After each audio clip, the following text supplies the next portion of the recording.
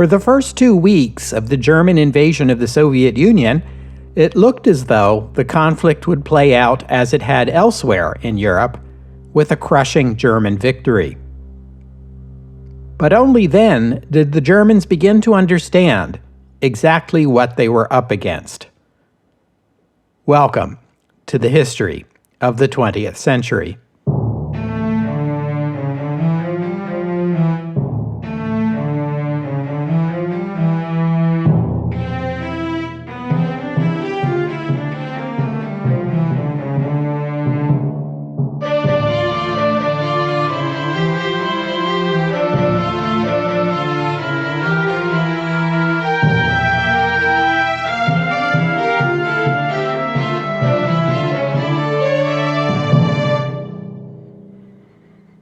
Episode 346, The Battle of Smolensk. When we left off last time, it was early July 1941, just 2 weeks after the German army began its massive invasion of the Soviet Union. With some 3.5 million German and Romanian soldiers, this was the largest military operation in history, and from the Axis side of the front, it appeared everything was going swimmingly. German panzer units tore through Soviet lands, leaving behind a swath of dust clouds and burning villages. Sometimes the panzers ran so far ahead of the front line that German He-111 bombers were pressed into service to drop supplies to them. Adept at battles of maneuver, these German panzers repeatedly got behind and encircled Red Army defenders, each time collecting prisoners numbering in the tens of thousands and capturing thousands of Russian tanks and artillery guns at a stroke. Back home in Germany, the public was confident. People were taking bets on how long it would take Stalin to surrender. Propaganda Minister Joseph Goebbels noted with discomfort that many German civilians believed their army was already approaching Moscow, which was bad news because high expectations invite disappointment. Even a solid victory might seem unsatisfying. At the Wolf's Lair, Hitler's headquarters in the east, the mood was euphoric. Goebbels described the atmosphere as more like a summer camp than a military command post. A cheerful Adolf Hitler, now liberated from the doubts that had haunted him in the days before Operation Barbarossa began, took up his favorite pastime, making his subordinates listen to him monologue for hours at a time. And in July 1941, these monologues consisted mostly of his plans for how Germany would administer Russia after the war. We will talk more about those plans next week. On the other side of the front, the Soviet side, chaos reigned. The Luftwaffe, as was its custom, destroyed most of the Soviet Air Force on the ground. Red Army units at the front disintegrated before they even had the opportunity to report to their superiors on what was happening, leaving Moscow in the dark for the first week. Throngs of refugees, numbering in the hundreds of thousands, fled the advancing Germans, carrying their meager belongings in handcarts or in bundles. By the second week of July, the leadership in Moscow fully understood the magnitude of the disaster they faced. The Germans were already through eastern Poland and the Baltic states and crossing into the pre-war Soviet Union. Hundreds of thousands of Red Army soldiers were dead, wounded, or taken prisoner by the Germans, and those were subjected to appalling mistreatment. There were now only about 2.3 million Red Army soldiers on the front line, about 2/3 the number of attacking Axis soldiers.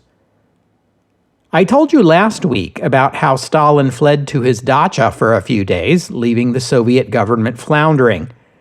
When they came for him, he thought he'd be arrested. Instead, they asked him to return to the Kremlin to direct the war effort. 2 days after Stalin's return, July 3rd, 1941, he gave a radio address that was broadcast throughout the nation. He opened the speech with, Comrades, citizens, brothers and sisters, a far warmer mode of speech than the Soviet public was accustomed to. He did not minimize the danger to the nation, though he insisted it was no way the fault of the Soviet government that the USSR was in this position. He reminded his listeners that Napoleon and the Kaiser had both invaded with what were believed to be invincible armies, and both were defeated by the combined efforts of Russia and England. He expressed gratitude for the offers of assistance that had already come in from the British and the Americans, and called for everyone in the Soviet Union to join in total war against the invader. In cases of retreat, everything useful to the enemy must either be taken along or destroyed. And he appealed to patriotism, referring to the motherland 7 times. He never spoke the words communism or Marxism, though he did warn that the goal of the invader was the appropriation of the wealth of the Soviet Union and the enslavement of its peoples. He was more right about German intentions than he knew. But although on the surface everything about the German campaign appeared to be going as well as anyone could ask, a few troubling problems were beginning to emerge. Red Army armored units had made a couple of attempts at counterattack in the Baltic states and in Ukraine. These counterattacks had failed, but the Germans were disturbed to discover that the Soviet T-34 medium tank was better than anything Germany was fielding, and the Soviet KV-1 heavy tank could take a direct hit from the gun of a Panzer IV, Germany's best tank, and emerge from the smoke unscathed and still advancing.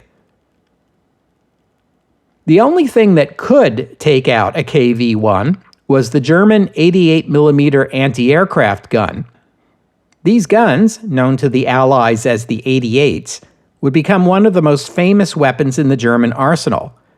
Even though they were designed as anti-aircraft weapons, they could be, and often were, used by German soldiers as anti-tank guns, and in both roles they were lethal. The Germans were still coming out ahead on engagements with Soviet armor. Their tactics and training were better. German tanks had radios, which made coordination easier, and by now the Germans had 2 years' experience in tank combat. And there were the Stuka dive bombers, which could land a bomb on or near an enemy tank with eerie precision. There was a second difficulty. The German blitzkrieg tactic of punching the panzers through the enemy line, then encircling and trapping large enemy formations, wasn't working out as well as it had in earlier campaigns. The Germans called a pocket of enemy soldiers a Kessel, or cauldron, and this combat tactic, Kesselschlacht, or cauldron battle. Everything about this invasion was on a much larger scale than anything the Germans had seen before, including the cauldrons. Instead of encircling thousands of enemy soldiers, the panzers were swallowing up tens of thousands at a time, and occasionally hundreds of thousands. On the Western Front, when French units found themselves surrounded, most of them meekly put down their weapons and accepted the inevitable. Red Army soldiers fought to the bitter end, requiring German infantry units to engage in tough, bloody, protracted combat to eliminate the pocket. And while that was happening, Red Army units, both inside the pocket and behind it, would throw everything they had against the thin strip of territory held by the panzers after they completed the encirclement. Panzers are great for seizing ground quickly. They are not so great at holding that ground against a determined enemy counterattack. To hold ground, you want infantry. Even in 1941, most infantry units, even German units, marched on foot. These foot soldiers were the ones attacking the pocket from the front. To reinforce the closure at the back of the pocket, you would need to send in motorized infantry, which are infantry units that ride in armored transportation if they're lucky. If they're not lucky, they ride in the back of a truck as it bounces its way along a road that has seen much better days. But these units are the only infantry that can keep up with the panzers, so they are the ones sent to the back of the pocket. The Germans had about 600,000 trucks at their disposal in 1941, only enough to motorize a fraction of their entire infantry. And they were lucky to have that many. It was only because the French army had left its own inventory of trucks to be captured and added to the German motor pool that Kesselschlachten on this scale were even possible. Joseph Stalin was quite bitter about that. The enormous scale of Operation Barbarossa itself posed challenges. Because of Kesselschlacht, the German front line was no longer smooth. It was becoming a convoluted series of pockets and salients that stretched a line that should have been 1,500 kilometers into one that was more like 2,500 kilometers. The longer the front line gets, the more soldiers you need to cover it. The sheer vastness of Russia could boggle the mind. Imagine a German soldier who had grown up in Bavaria or the Rhine Valley, confronting the monotonous flatness of Russian terrain that stretched toward a horizon dozens of kilometers away, unbroken by a single hill or a single tree. It was like marching across an endless ocean of grass.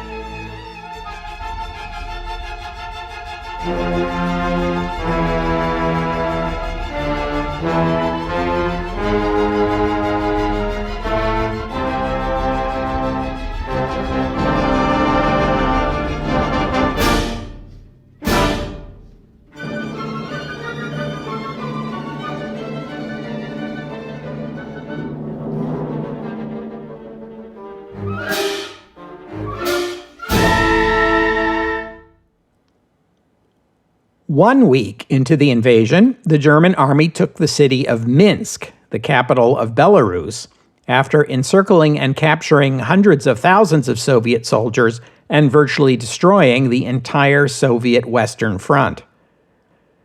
Minsk was just a few miles east of the pre-war border between the USSR and Poland.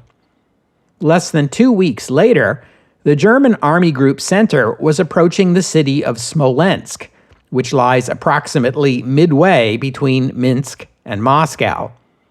2 weeks to get to Smolensk, 2 or 3 more to get to Moscow, and the boys will be home in time for Oktoberfest, right? Not quite. By July 6th, some measure of order had been restored to the Soviet front lines. Remember the military truism that as an attacker moves forward, their lines of communication and supply grow ever longer, while those of the retreating defender become ever shorter. With something like stability restored on the front lines, Stavka immediately ordered the Red Army to counterattack. They did their best up and down the line, to little effect. In most cases, the Germans barely seemed to notice. But of these counterattacks, the most ambitious one was directed against the spearhead of Army Group Center, headed for Smolensk. Here, the Soviets had gathered 2 mechanized corps, equipped with 1,500 of those tanks of theirs that were superior to the Germans, and sent them against the advancing German panzers. Unfortunately for the Red Army, the Wehrmacht's 88s, combined with the Luftwaffe's dive bombers, proved devastating. The mechanized units took heavy losses and all but disintegrated after a few days of heavy fighting. Still, a delay is a delay. By July 10th, the Germans were prepared to resume their advance. The 3rd Panzer Group captured the city of Vitebsk in a day and continued to advance, aiming to circle north of Smolensk, while the 2nd Panzer Group, commanded by Heinz Guderian, would advance south of Smolensk.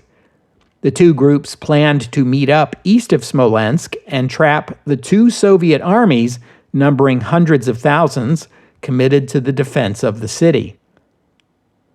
One of Guderian's motorized infantry divisions entered Smolensk from the south on July 20th, but the Red Army resisted bitterly, making the Germans fight for every block. But Guderian, being Guderian, focused his panzers on driving forward, aiming to take the town of Yelnya, which would give them a bridgehead over the river Desna and bring them one step closer to Moscow. The commander of the 3rd Panzer Group, Hermann Hoth, was becoming annoyed with Guderian. Had he forgotten that the plan was to close up behind Smolensk and trap those Russian armies? Hoth pushed south with his own panzers, meaning to link up with Guderian, but the terrain behind Smolensk was marshy, and they would have to cross the Dnieper River, meaning this would be no quick romp for his tanks. The two panzer groups got within 16 kilometers of each other, but the Russians had interposed a force between them and fought back fiercely, while the units meant to be trapped in Smolensk were given time to retreat east and escape. In the midst of the Battle of Smolensk came Führer Directive Number 33. Hitler instructed the army to halt the advance on Moscow. You see, Army Group Center had reached Smolensk, and at the southern portion of the line, near the Black Sea, Army Group South was advancing deep into Ukraine, but between them was a huge Soviet salient, in which 4 armies were putting up a stiff defense of the key city of Kiev, the capital of Ukraine. Hitler wanted Guderian's panzer group to turn south and complete the encirclement of that city, while Hoth's panzer group would turn north and assist in the capture of Leningrad. Army commanders, from Chief of Staff Halder on down to the field commanders, were unanimous in their opposition to this plan. Moscow was the capital of a sprawling but highly centralized Soviet state. Its loss would paralyze the government of the USSR. Moreover, Moscow was not merely the capital, it was also a major industrial center and the transportation hub of European Russia. All you had to do was look at a map, and you could see for yourself how all the major roads and railroads in the region spread outward from Moscow like spokes on a wheel. The Red Army would certainly understand the pivotal role of Moscow. They would drop everything and rush reinforcements to the capital's defense, were it seriously threatened. In that way, an assault on Moscow would weaken resistance along the rest of the Soviet line. The battle before the gates of Moscow would be the one battle where the Red Army wouldn't be able to retreat. Moscow would be their last stand, and when the Wehrmacht broke them there, that would be the end of the war. Halder made these arguments to Hitler in a memo, and Hitler sent him a curt reply. Quote, "The Army's suggestion for continuing operations in the East does not conform to my intentions." In Hitler's view, his military commanders, although they were fine soldiers, didn't understand politics or economics. Leningrad was a major Soviet industrial center. It was the city where the Bolshevik Revolution had begun, and it bore the name of the revolution's leader. Now it would be the city where the revolution died. Its fall, the fall of the city named for the venerated Lenin, would be a morale blow from which the Bolsheviks would never recover, and it would allow the German army to link up with the Finnish army, now that the Finns had entered the war on the German side. In the south, Hitler's economic vision centered on the wide, fertile lands of Ukraine. He was determined that the breadbasket of Russia become the breadbasket of Germany. On the eastern side of Ukraine lay the region known as the Donbass, or Donbass as most English speakers pronounce it. The name is a portmanteau of Donets Basin, and it is a key industrial area. With Ukrainian industry and Ukrainian farms in German hands, Germany could fight the war for years to come if need be, while the loss of these lands would cripple the Soviet Union. And the capture of Ukraine would open the way to the seizure of the Caucasus region. Its prodigious oil wells would ensure the panzers kept rolling and the Luftwaffe kept flying. Moscow, in Hitler's view, was less important than either of those objectives. You might speculate that the Russian mechanized counteroffensive along the road to Smolensk had shaken him a bit. Hitler's perspective may have been exactly the opposite of his generals. That is, the Red Army would always put its best units in front of Moscow and fight most aggressively there. Therefore, it would be wiser for the German army to attack in places less well defended. The generals didn't agree, and for the first time since Dunkirk, the leadership of the German army began to doubt Hitler's competence as a military leader. Halder confided to his diary that Hitler's meddling in the conduct of the war was intolerable, yet he tolerated it all the same. He considered resigning, but he wanted to resign together with the army's commander-in-chief, Walter von Brauchitsch. Brauchitsch had refused to consider resigning, so that was that. Brauchitsch sent his own memo to the commanders of Army Group Center, instructing them that the Führer's orders were to be strictly obeyed. Halder's last-ditch attempt was to send Heinz Guderian to the Wolf's Lair. Hitler admired Guderian, one of the most able, most experienced, and most successful generals in the army. But even Guderian was unable to persuade him. In fact, the opposite happened. Guderian returned to the front committed to carrying out Hitler's plan. Meanwhile, the Battle of Smolensk raged on. On July 27th, the two panzer groups finally closed the pocket. A week later, in early August, the Germans had some 350,000 new prisoners. On the plus side, for the Soviets, more than 50,000 Red Army soldiers had fought their way out of the pocket and avoided capture, so that was something.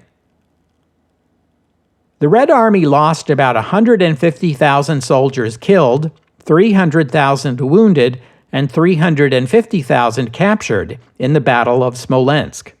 The sources vary on the numbers.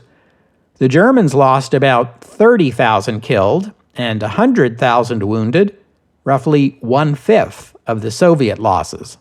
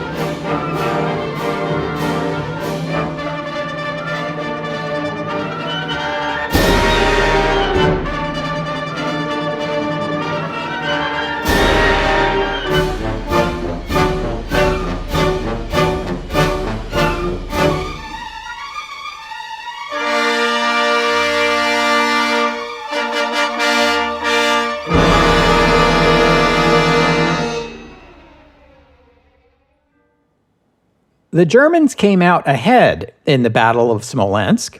If you look at the numbers of Red Army soldiers killed, wounded, or taken prisoner, but it took until the early days of August, about a month, to close up that pocket and then eliminate the force inside.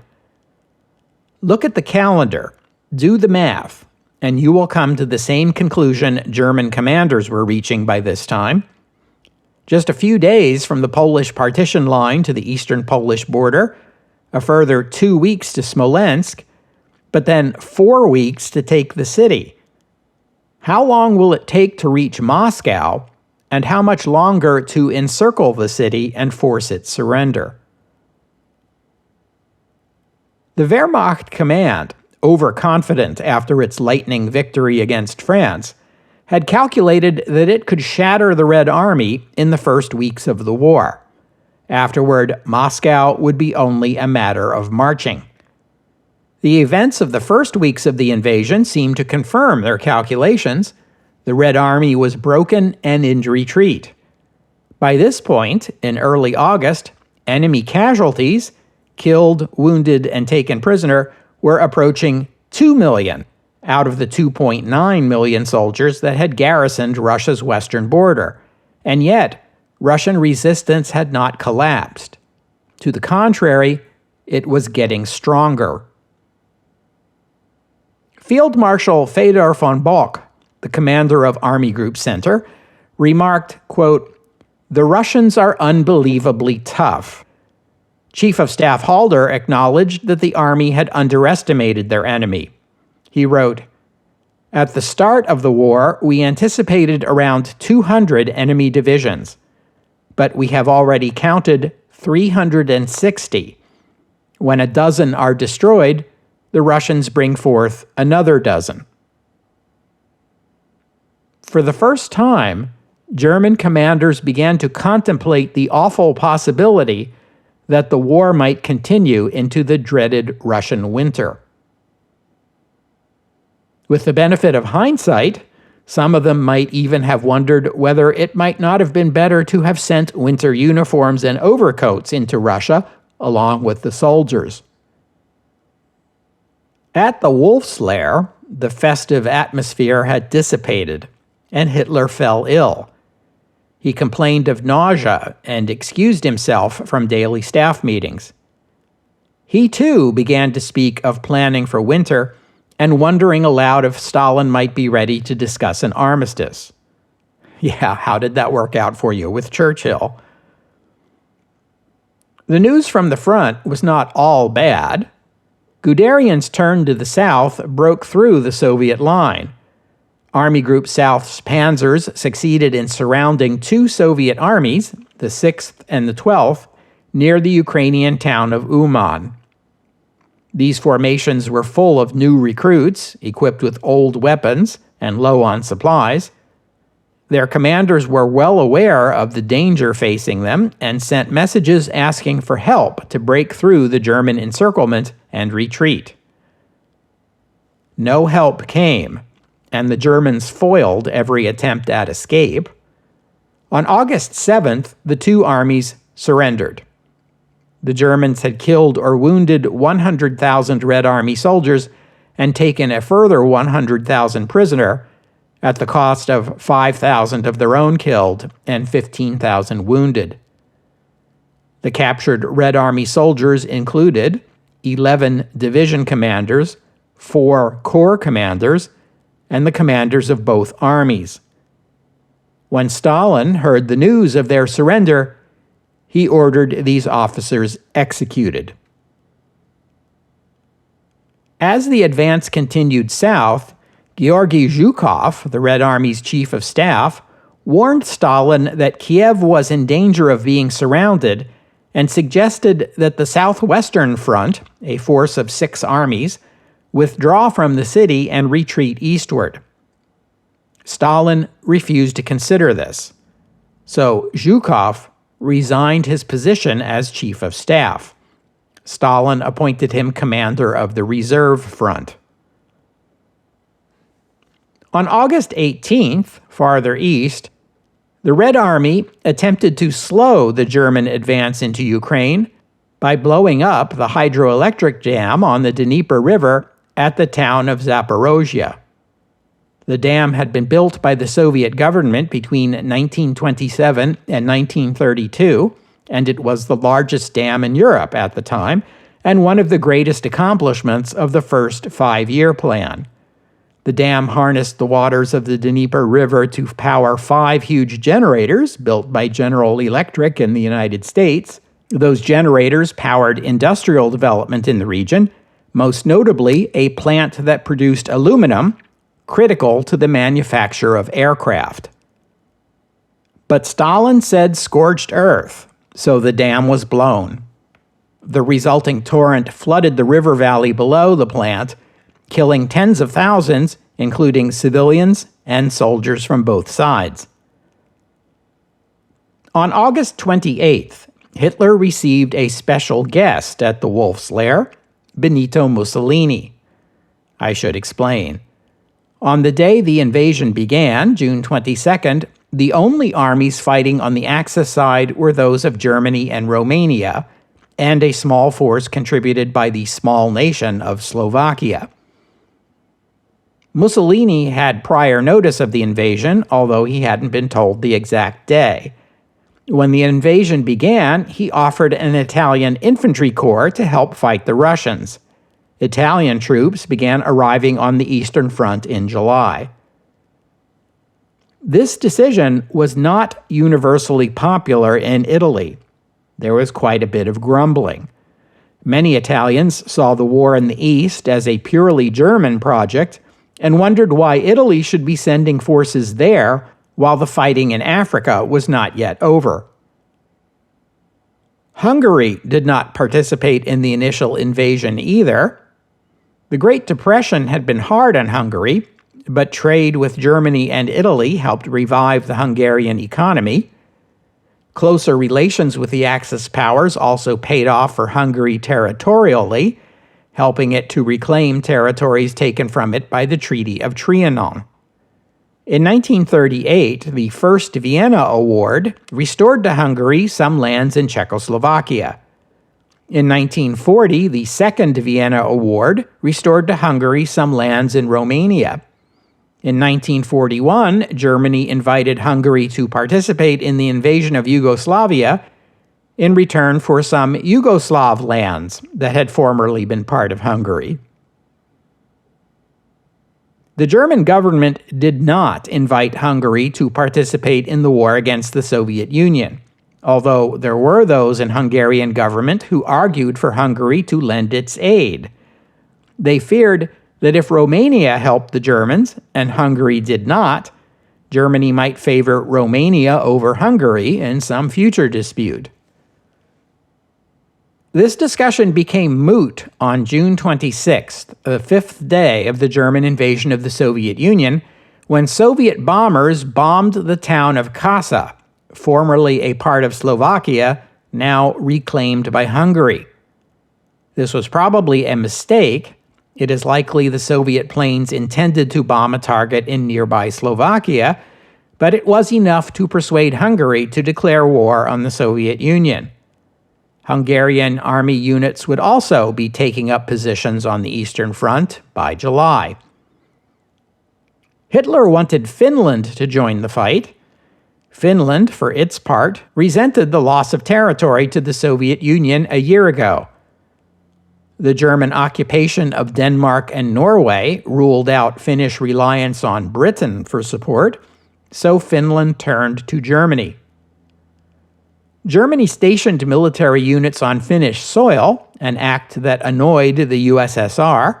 You'll recall I told you how Soviet Foreign Minister Vyacheslav Molotov came to Berlin last November to discuss this and other sore spots in Soviet-German relations. The Germans wanted the Finns to participate in Barbarossa, but Finland refused unless the Soviet side attacked them first. When German planes based in Finland attacked Soviet targets, Soviet bombers attacked Finland in retaliation. These attacks were meant to hit only German military targets, or so Moscow said, and bombing accuracy being what it was at the time, it's even possible that was true. But still, most of the bombs landed on Finnish civilian targets anyway. These bombing raids gave Finland the excuse it needed to join in the war against the Soviet Union. This means that by the end of July, the war against the USSR was being fought by a six-nation alliance: Germany, Italy, Romania, Finland, Hungary, and Slovakia, along with a few volunteers from some other nations, notably Spain and Croatia, even a handful from German-occupied countries like France. This had propaganda value for Germany, which could claim the invasion was not an act of solely German aggression, but a pan-European effort to eliminate the threat of Bolshevism. When Mussolini arrived at the Wolf's Lair, Hitler took him on an inspection tour. They toured the fortifications at Brest-Litovsk, which the Red Army had defended so fiercely until German bombs and artillery shells reduced it to rubble.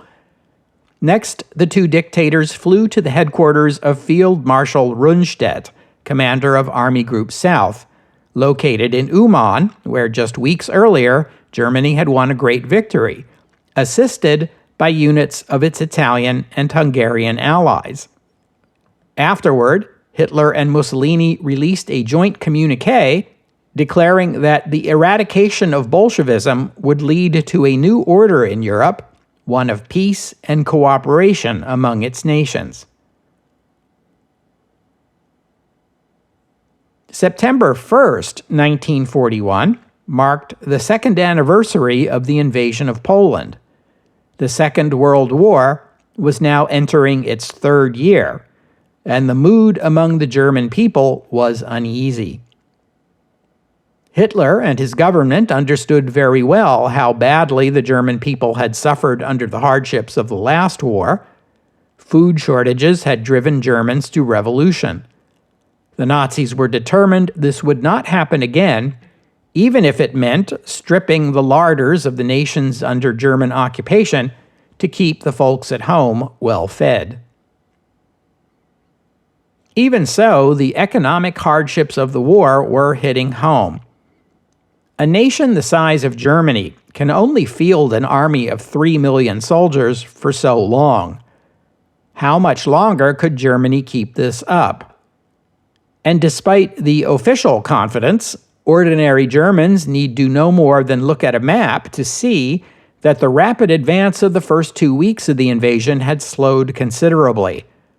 The soldiers on the front knew this as well. Could the campaign be concluded before the dreaded Ratputsitsa, the Russian mud season, made rapid movement impossible? And if it couldn't be concluded before winter, what would that mean? And why hadn't anyone thought to send the soldiers coats and winter uniforms? We will examine these and other important questions in future episodes, but we'll have to stop here for today. I thank you for listening, and I'd especially like to thank Brian and Padraig for their kind donations, and thank you to Roman for becoming a patron of the podcast. Donors and patrons like Roman and Brian and Padraig help cover the costs of making this show, which in turn keeps the podcast available free for everyone. So my thanks to them and to all of you who have pitched in and helped out. And it's that time of year again. The holidays are upon us, so let me just remind you that donations to and patronages of the history of the 20th century make the perfect holiday gift. For me, if you'd like to become a patron or make a donation, you are most welcome. Just visit the website, historyofthe20thcentury.com, and click on the PayPal or Patreon buttons.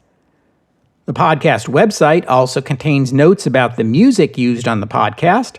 Sometimes it's my own work, and sometimes it's licensed, but many times the music you hear here is free and downloadable.